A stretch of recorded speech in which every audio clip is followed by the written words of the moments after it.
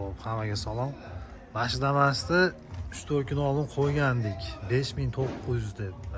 Endi buni nima deymiz? Skidga qilib yubordik endi, aka. 57 ga deng. 5700 ga mana top toza, 4 ta baloni yangi, motor hadovoy, hamma yo'q zo'r.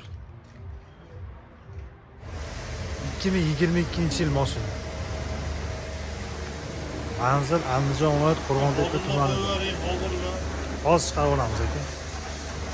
Gazi bor. Salonni bir ko'rsatsak, salon zo'r, mana ideal holatda. Poliga bor, rezinka poli tashabdi.